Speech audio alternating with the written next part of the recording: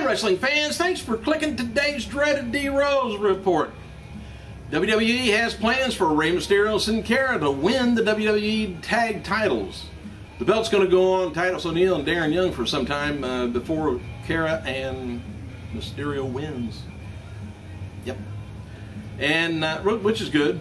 I think that'd make a good tag team match, those two. Regarding the news about Eve Torres possibly replacing Caitlyn as #1 contender to Layla's Diva title, there's talk going around TV tapings this week that Eve could be special guest referee for Layla and Caitlyn at the Night of Champions. So we'll wait and see how that goes, because she wasn't supposed to be #1 contender. Caitlyn wasn't. A little slip up. Future plans for Randy Orton were also discussed on this week's TV tapings.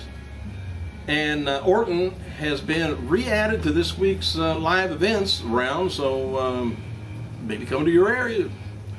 Anyway, he's going to be wrestling at Night of Champions. And regarding him taking time off to shoot 12 rounds reloaded, it looks like WWE is going to be working around his film schedule because they need him on the road. We need some asses in seats. Alright, talk that this week's taping was the time Orton finishes 12 rounds. They may have Dolph Ziggler cash it in, the Money in the Bank, and win the World Heavyweight title from Sheamus.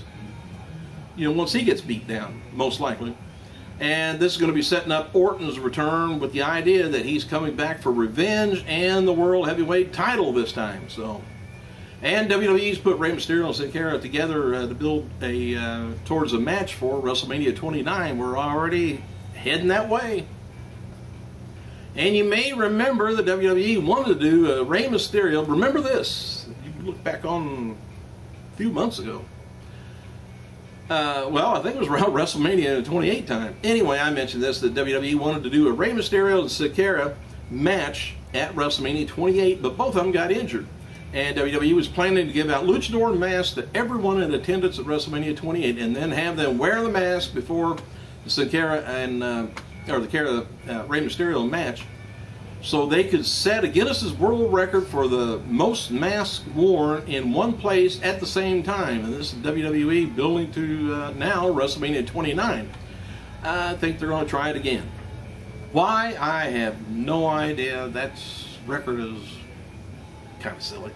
But hey, they get in the Guinness Book of World Records anyway. And the new Rey and CARA partnership goes deeper than that, though. Rey's not really 100% right now, and the idea is to put him with CARA so they can kind of work together, and Rey being hidden for some time off the ring apron and getting back till he gets back to 100%. And another idea is to connect Rey and CARA as partners, because there's a feeling that Rey's fans aren't connecting with CARA just yet. In fact, the reason is because there's to me, no personality there yet. There's nothing to connect to. There's also talk of CARA and Mysterio winning the tag team titles before breaking up for WrestleMania 29. So there's your little scenarios all over the place. One of them's got to be right. Hell, you can throw enough out there, something's going to stick to the wall. Triple H. Oh, by the way, on my Facebook page, if you know where it's at, I got the picture of Triple H with his new haircut, by the way. Nice, close-cropped, respectful, entrepreneur-type haircut.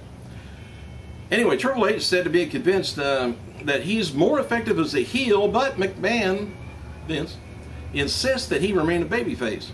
And one sources say that it appears to be growing unspoken tension between the two over the issue, especially since the SummerSlam deal. And WWE officials are not happy with the number of talents that get a DUI arrest in Tampa area, down in Florida.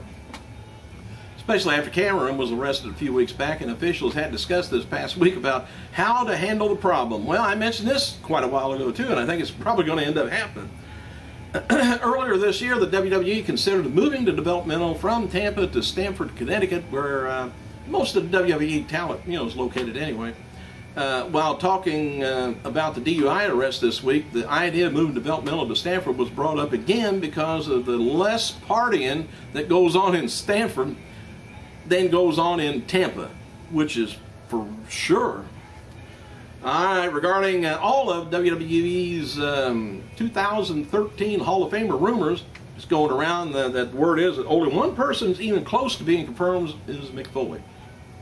And as earlier this week I mentioned that WWE contacted several celebrities, Mr. T, Jenny McCarthy, I hope she comes, Pete Rose, Floyd Mayweather. On a related note, earlier this week there was a pitch to induct Mr. T into the Hall of Fame, which they probably should. They got just about a lot of the people off of the first WrestleMania in it.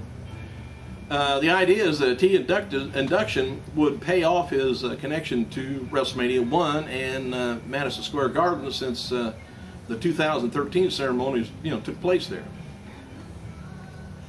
And regarding Devon heading to WWE, it's noted that someone in the company, that WWE's company, really liked Devon far more than Bully Ray, but they don't believe that there's a good chance that he's going to be brought back. WWE could end up hiring Devon as an agent or a trainer, since he and Ray has turned down for a few decent prospects at their Team 3D Academy in Florida. And as noted before, it's believed that Devon has left TNA while Ray's still, hanging around. Paycheck.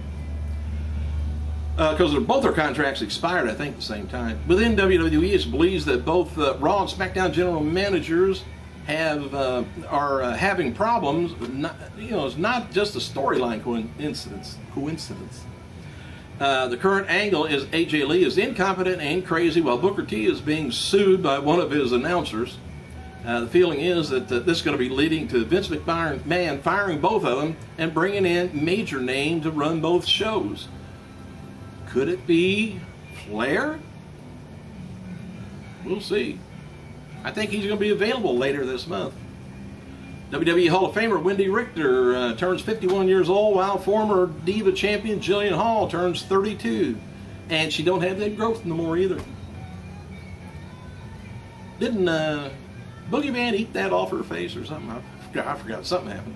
Anyway, former WWE star Dustin GOLDUST Rhodes is back and telling fans that to contact WWE and tell them they want to see GOLDUST versus Cody Rhodes match. He tweeted last night, "Now, if we can get WWE and Vince to hear Dustin Rhodes won versus Cody Rhodes, WWE, whatever, bragging rights."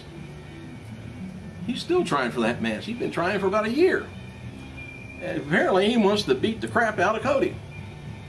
And WWE website has a new storyline article up on Ricardo Rodriguez following his recent happenings, where Ricardo has physically been involved in Alberto's feuds. WWE speculates Ricardo would be able to break away from Del Rio and pursue his own career, hopefully soon. And for those that don't know, Rodriguez was an independent wrestler on the West Coast before signing with WWE, and performed under a mask as Shimra. And he briefly competed in WWE developmental as Shimra before being brought in with Alberto. There were some rumblings a year ago or so about having Rodriguez wrestle. He takes a lot of punishment, so I hope he can wrestle. All right, pardon me.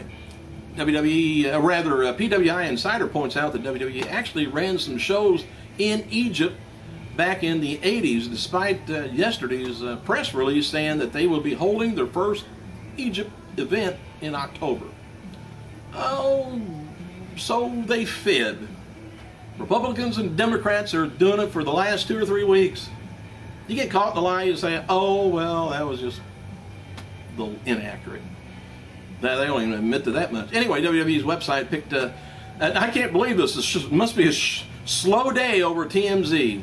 They picked up a story at TMZ, WWE did, about Triple H's getting a haircut.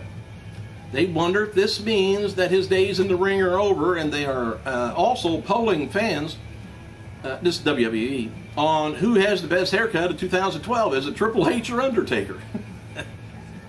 I'll answer that real quick. Well, you hadn't seen H's hair. Anyway, following is confirmed for tonight's episode of TNA Impact Wrestling. Championship Thursday debuts with Kazarian and Daniels defending their tag titles against one of the following teams. Going to be Gunner and Cash, or Guerrero and Hernandez, or Robbie E and Robbie T, or Styles and a partner of his choosing. And an update on Austin Aries after being attacked by aces and eights. They're going to have that on tonight. And Jeff Hardy versus Samoa Joe, Rob Van Dam taking on Bully Ray in a Bound for Glory series match. Whoever finishes the series with the most points will get to choose who they face in the semifinals at No Surrender. I hate that when it gets all complicated like that. And regarding TNA tag titles, Dave Meltzer of Wrestling Observer reports at one point that the team of Hernandez and Chavo Guerrero was being groomed for a run with the TNA tag titles. No word yet if it means that's tonight's show or later on down the road. We'll find out. Thanks for clicking, you guys. I gotta go.